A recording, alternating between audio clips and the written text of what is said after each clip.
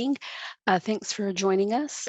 We are recording the webinar and it will be available on our website and YouTube channel when it's ready. Today's speaker is Scott Perkins from Utilities and Industry Market Lead Prairie Engineers. And the topic is measuring Hurricane Fiona's impact from a surveyor's perspective. Mr. Perkins has 30+ years of experience in the surveying, mapping, and geospatial profession. He has a bachelor's of science degree in business management and an associate's degree in photometric mapping technology. He's certified GIS professional and FAA certified remote pilot SUAS. He is recently selected to serve on the Academic Advisory Board at Southern Illinois University Edwardsville for their 4-year BS degree program in land surveying and geomatics. Scott enjoys kayaking and canoeing and is a 5-time participant in the MR340 canoe race from KC to St. Louis, distancing 340 miles on the Missouri River. And it's the longest continuous paddle event in North America. And we're excited to have him today. And I'll go ahead and turn that over to Scott. Great. Thank you, Sherri. I appreciate those kind remarks. My pleasure to be here to spend a little time with you over lunch hour today and tell you about a project we recently did in Puerto Rico after Hurricane Fiona. So this project was performed for the U.S. Army Corps of Engineers, St. Louis District.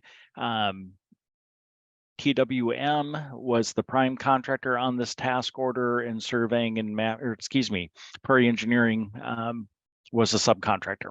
And our role was to perform surveying related services to help with the emergency response. So on September 19th, Fiona hit Puerto Rico. It camped out there for almost 36 straight hours. And on September 23rd, we received the phone call about the task order and asked if we would be interested in helping with the response. Well, who wouldn't want to go to Puerto Rico?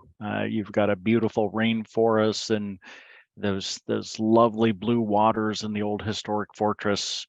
It looked like it's a wonderful place to go if you haven't had a chance to visit. But the news on the morning of September 23rd, showed a strikingly different situation. Fiona had dumped over 30 inches of rain on the island. Most of that was on the southern side of the watershed. So the rainforest runs through the middle of the island and kind of splits the watershed, north-south division there, and a lot of water came down. Parts of the island, of course, were without electricity and without operating infrastructure. They were reporting over almost 1 million people without power that morning. But we said yes, we would do what we could, and our scope of work was to perform surveying to collect multi-beam bathymetry, underwater mapping, and to investigate a series of specific bridge locations to try and determine if the massive amount of rainfall coming downstream and the storm surge coming instream, whether they had scoured out around the bridge piers and had affected the structural stability of those structures. And then we were also tasked with delineating the high water mark and the current water edge marks of that. There's a graphic there on the slide for those of you that haven't experienced hydraulics and in your academic pursuits. When water rapidly moves around a column, it creates a horseshoe effect, and that horseshoe scouring pattern, and normally, it creates a hole on one side of the bridge pier, as you can see in the scour hole as it's labeled there. In this particular case, we had the storm surge coming in and then the rainfall coming back out. So the real question was, did we have a scour hole on both sides of the bridge piers that would obviously compromise the structural integrity? Here's a look at the locations on the island. So we had 3 locations, one on the north side, one on the south side, and one over on the west end of the island. In the upper left picture, that's showing a couple of the specific bridge investigation sites. Same thing in the upper right photo. Those are bridge investigations. And then the two bottom pictures, those were the there were bridges, plus a concern was with the amount of sediment deposited in those coastal estuaries. So we quickly put together a plan, bought some tickets on Southwest Airlines and was able to, San Juan Airport was up and operational. So we made a decision to use Southwest Air Freight to get some survey gear, a small drone, and sonar sensor head sent in being air freight. We weren't able to ship, we didn't have time to ship a hydro survey boat to the island. So we decided we would do what we could to obtain a boat and motor locally so we could conduct recon of the sites using the drone, and then decide if we could get the vessel launched, and then collect as much bathymetry as we can from the vessel, because that's the most efficient way to do it. But worst case scenario, we could actually just do old-fashioned pole soundings, by walking the streams. So that was our plan of attack. For those of you who aren't familiar with the collection of bathymetry, here's a little graphic. At the most fundamental level, we have a boat on the water, and we have GPS constellation, the satellites up above. So you have a GPS receiver on the boat to keep track of its position. And you put a base station on shore for redundancy and to repeat that signal. And then we have an inertial monitoring unit on the boat, and then an echo sounder on the bottom. So the sonar, so it submits a sound wave and it goes down through the water column, finds bottom, and reflects back up. And so we're measuring that delta, the difference between when the sound was emitted and when it was received, back at the sensor on the bottom of the boat. Here's another graphic. There's a lot of motion taking place with the vessel. You've got pitch, roll, and yaw. So if the boat's, moving, we have to compensate. We have to measure those motions and then compensate for them, because those changes in the position of the boat will impact the measurement, to the bottom. So if a wave comes in and the boat's higher in the water, the distance to the bottom just increased. So we have to know that so we can correct for it and produce an accurate sounding, or sounding is referred to as the bottom measurement. We also have to correct for density in the column of water. So sound, travels faster through water than it does through air. And the denser the water, the faster the sound travels. So we take a series of measurements to measure the sound velocity of water. In this particular case, we have coastal estuaries, so salt water is denser than fresh water. But when in some of these locations, we have the blending of the salt water and the fresh water together. So doing those sound density measurements, we took those 3 times a day at the beginning, middle, and end of each survey session, all in an effort to try and provide the most precise measurement possible. When you're doing echo sounding, you have a choice whether you use single beam or multi-beam echo sounders. The picture on the left shows a single beam. So think of it as a small lawnmower swath, right? You can see the black is the area that isn't covered by the sonar, and the aqua, bottom is what is covered. So single beam, you get a little bitty track, and with multi-beam, you get a wide area that fills in those gaps. So the customer in this case wanted multi-beam. They wanted to get as much data as they could to understand what had changed in the river bottom.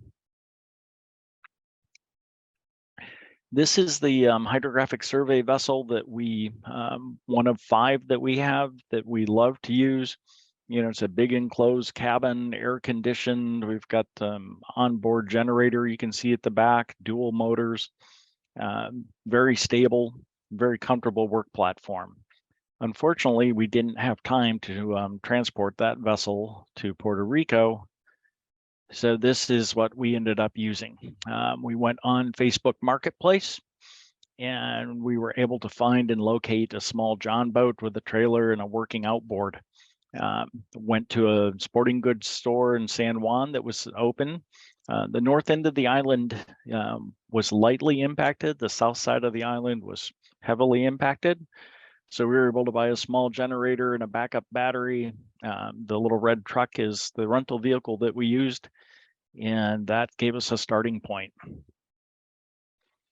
I mentioned earlier when water's too shallow or you can't launch a boat, you can do pole sounding.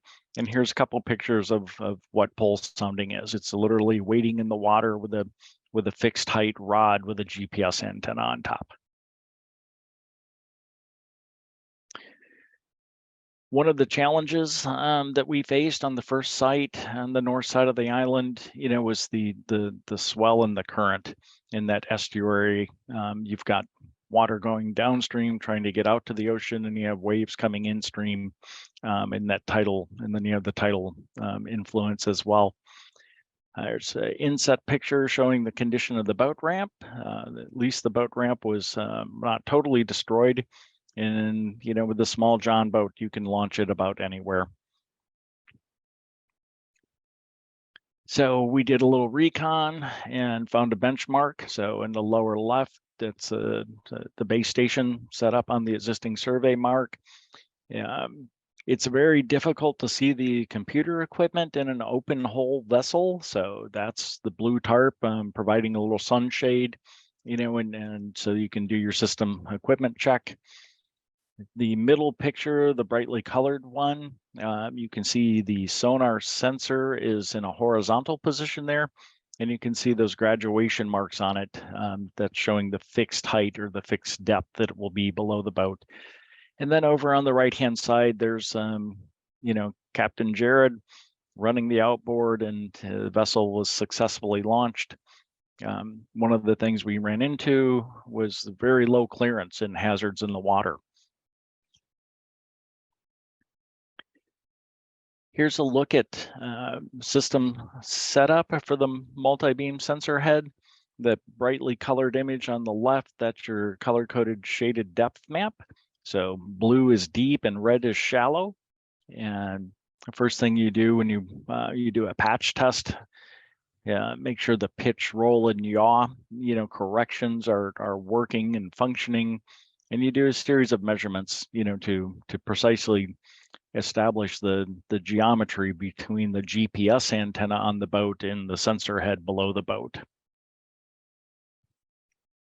And when we launched, tide was going out, and these underwater obstructions you see on the left became visible. So we didn't see those when we did the recon. So it was nice that the tide was going out and we could see them and avoid them. And we got some really high definition bathymetry collected. So this site we were able to collect with the boat. You can see the color-coded shaded depth maps on the right, and a lot of detail was collected. We moved on from there down to the south side of the island, and everything changed. When we were on the north side of the island, we were in a Holiday Inn Express or a Hilton Garden Inn, had electricity, like I said, that we could buy fuel. The sporting goods store was open. South side of the island was a completely different experience. We had booked rooms at an Airbnb. We had rooms. There was a key under the floor mat. There was no electricity, no air conditioning. And this is what we saw when we came to the first site. Obviously, the bridge deck had collapsed. A lot of debris in the water. Here's another look at the structural failure. So the scour hole investigation, this is exactly, kind of the cause and effect, right? The massive amounts of water coming downstream from those 30 inches of rain and the storm surge coming in, clearly compromised the structural stability of this particular bridge. We threw the drone in the air to do recon, try and get an idea of where we could use the boat and where we couldn't use the boat. In this particular picture, you can see that our little red truck in the upper left corner, and the fixed height pole for pole sounding leaning against the rear view mirror. Boat trailers there. The boat's actually underneath the bridge right now. We drug it down the bank and tied it up there so no one would disturb it. There's an aerial mapping target painted by the pylon, by the barricade in the middle of the bridge. But being able to toss the drone in the air and get a quick look at the total situation was part of our safety plan for this project. The high water mark surveys, we've got debris on the bridge deck there. I was really surprised to see vegetation already growing on the bridge decks, so quickly. And you can see, of course, the sand and the sediment deposited. So we knew the high water mark was definitely higher than the bridge deck. Here's a scene, one of the many images, taken from the drone. You can see our two surveyors on the bridge deck, one pilot in command and the other serving as an observer. And again, just another look at the amount of debris on the bridge deck and the collapse, partial failure. The water, you can almost tell what happened. The debris came down, stacked up on the upside of the bridge, forced the water, to the right ascending bank or to the top of your screen. You can see that it's clearly deeper there. That turbulent water, washed out and compromised those bridge piers that you see at the top of the screen. And then large amounts of sediment deposited downstream. I don't know if any of you have used Esri's drone to map, or Pix4D, if you've had an opportunity to collect imagery with a drone and make an orthophoto. Some interesting things happen when you do. And one is what I call the ghost in the machine. So in the lower left corner, you can see the faint shadows, the artifacts, and the see-through images of the land surveyor carrying the fixed height range pole, on his shoulder there. So just thought that was it's interesting when you take hundreds of drone images and have to mosaic them together in the artifacts, that the software leaves in there. And here's the orthophoto mosaic that was produced, and then we did a point cloud from imagery to capture the terrain, and then we used the vessel for the bathymetry and the pole sounding where we couldn't get the vessel. So from there we moved down to the next site. Got two parallel bridges here, and of course a lot of debris and obstructions. And this was a pole sounding only situation. There just wasn't no way to safely launch the vessel at this one. But in this particular case, the bridge decks performed very well. Those structures had enough clearance, and the span between the pylons or the piers was wide enough that the debris flowed through, and the bridges performed very well. And again, color shaded, depth map on the right hand side. That's pixel from imagery and merged with the pole sounding data. And another one of the bridge locations, and again, this structure, more modern structure, performed very well. You can see deeper water, upstream of the bridge, and then the sedimentation deposits downstream of the bridge. In this case, on the left, water's flowing from the bottom of the screen to the top of the screen.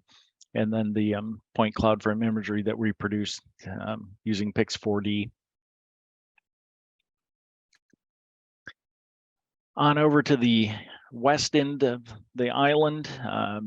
Again, at least in this case, we're in the coastal estuary area where the salt water and the fresh water blend together. The boat ramp was still there. We had to move some of the debris out of the way, but at least we could get the vessel launched. And here's a look downstream. It required pole sounding on this one. It was quite shallow. A lot of sediment came down. The hydraulic capacity of these bridges has been greatly reduced. So much gravel and sand came downstream from that 30 inches of rain that there's not a lot of room left under the bridge for the water to pass through anymore. And here's a look at what that site looked like looking upstream from that bridge. You can see in the background, there's another bridge further upstream that the bridge deck has obviously collapsed on. That was not in our scope of work, though. That was a little further upstream, and we didn't survey the one you see in the background. In this case, with that sedimentation, all the sediment being deposited, there wasn't sufficient clearance, to get the vessel underneath the bridge. And we couldn't pole sound underneath the bridge either, because if you're underneath the bridge deck, there's going to be no GPS signal. So that results in, a void area or a blackout area underneath the bridge deck. The sonar data we process with a piece of software called HiPAC. So it's a very robust tool. It'll process single beam, multi-beam, or side scan sonar imaging. And you can see those two different bridges where we couldn't get underneath the bridge deck. And then in the upper right, the color shaded depth map, the blue water, as we go out into the ocean. With Esri's new reality suite, that's being released for ArcGIS Pro, we can do a lot of things. It brings in LiDAR processing and orthophoto processing, and it's a variety of functions that used to be in the different ARC modules. Unfortunately, processing bathymetry or sonar data isn't included in the ARC reality suite. So sure hoping that some point in the future that Esri will bring the wet side of the world into ArcGIS Pro and Arc Reality, and we can do all of this work within one software application. Would certainly make our lives easier. So a little bit on lessons learned from emergency response. So I kind of took a trip down memory lane and thinking back of the different emergency response projects that I've had an opportunity to be involved with. In the top center, you see color infrared imagery of the record flood of 1993, on the Missouri River. And then going counterclockwise, 1999 in the upper left is the Hawthorne power plant explosion in Kansas City, just south of Worlds of Fun. Coal dust got in the air and something caused it to ignite and took down the power plant. Below it is overtopping of the Mark Twain Dam, Clarence Cannon Dam, and Mark Twain Lake, located just north of St. Louis. And 2008 was a busy emergency response year. We've got the confluence of the Ohio River and the Mississippi River coming together down there in Cairo, Illinois. And then we also had an ice jam on the Rock River near the Quad Cities that we responded to. Ice formed and jammed and was causing flooding.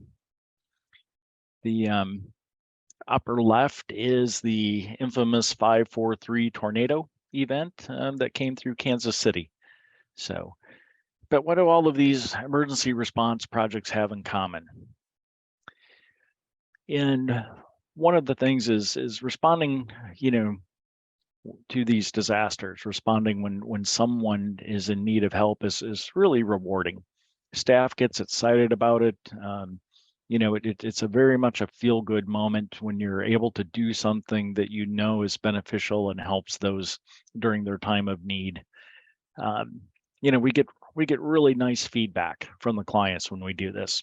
It's really satisfying that the comments we get, the thank you notes, the emails that you receive, afterwards from those who are impacted, it very much feels good. But the reality is, in most of these cases, from being a private business responding, to these, it's very difficult to make money on these projects. When you think about it, we typically mobilize quickly. We usually have a very loose or not clearly defined scope of work. And so that rapid startup and a lot of unknowns. You just don't know what you're going to encounter when you go into an area that has been through a hurricane or a tornado or it's, under flood conditions. And then we have a tendency to over deliver in these situations too. You just want to keep doing a little bit more, that emotional need to try and help, a little more. The bottom is a snapshot of the Hurricane Fiona response, so showing the budget hours in blue and the hours spent in red with the bar chart. You don't have to be an accountant to know that if you spend more hours than you had budgeted, your financial performance is going to suffer, and that's what you see there as well. So that is the conclusion of your lunchtime presentation on Hurricane Fiona from a surveyor's perspective. And if there are questions, Sherri, I would be glad to entertain them. All right. Well, thanks, Scott. That was fascinating. I have one question so far from Amy Roust, and she's asking if you can elaborate some on the benefits of having a drone involved in your safety plan. What tips do you have for organizations who are considering investing in this technology for disaster response? Yeah, the drone was really helpful because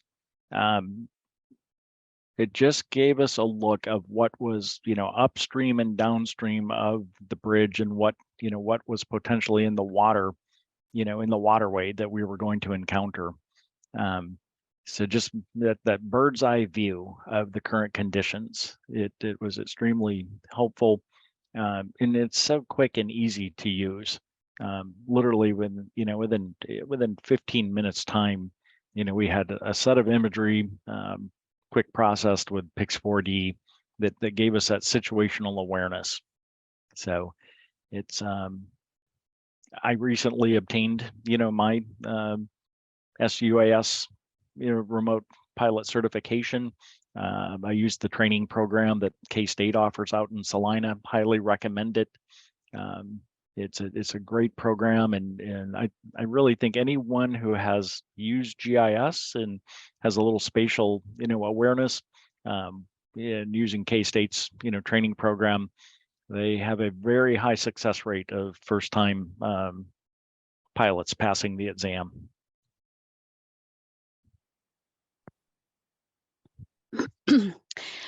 Excellent. I have another question. It's two questions. Do you utilize a LiDAR sensor on the drone, or just use the elevation model created by processing the imagery? We do use a LiDAR sensor on the drone. We didn't use that in this case here in Puerto Rico.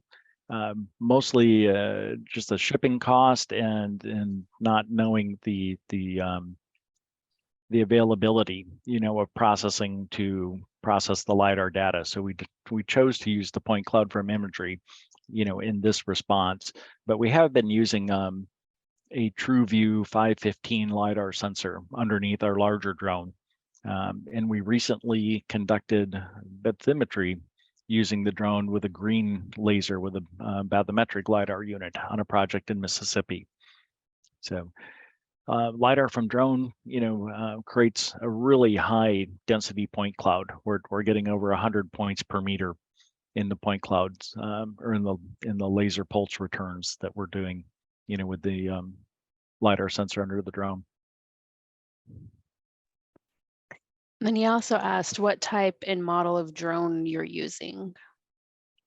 Yes, we have a variety of platforms at Prairie Engineers. In this particular project, we used an Anafly Parrot because of its size and its ease of portability. I think we have 14 of those that we're currently using at Prairie.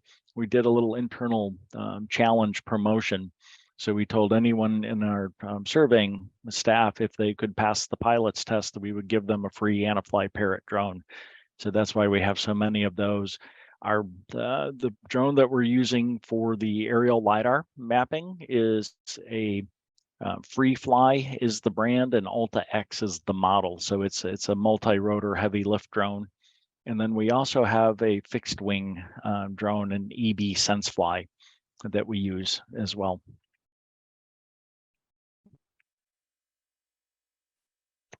And then another question just came in. How long does it take to process a mosaic drone and bathymetry? Good heavens. Bathymetry. Yes. Yeah. Imagery, outside hours versus inside office hours. Yeah, it's a very good question. We utilize virtual workstations. So through Amazon Azure web services, we're using a virtual workstation configuration they call WorkSpot. So that gives us really high-end, 64 threaded core processors and NVIDIA graphics behind the scene, and we can access that from anywhere that we have a decent internet connection. So having that type of cloud-based virtual computing power is really the key to doing it quickly.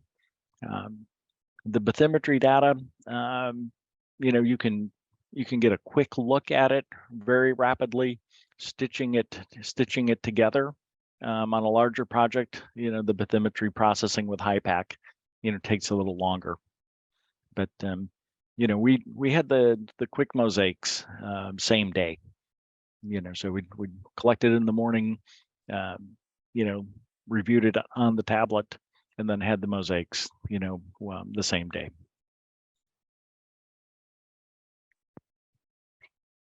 And then how big was the team that went to Puerto Rico, and how did you figure out who had to go waiting? Short straws?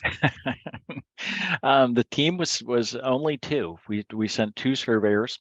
Jarrett, who was the boat captain, he's a licensed land surveyor, and Abed has a master's degree in hydrography from Mississippi State, and he's a Cat A trained hydrographer. So Jarrett drives the boat, Abed runs the sensors as the normal two-man configuration. And in this case, they took turns, using the pole and doing the pole sounding. So many hands make light work in that regard. And they are both drone pilots as well.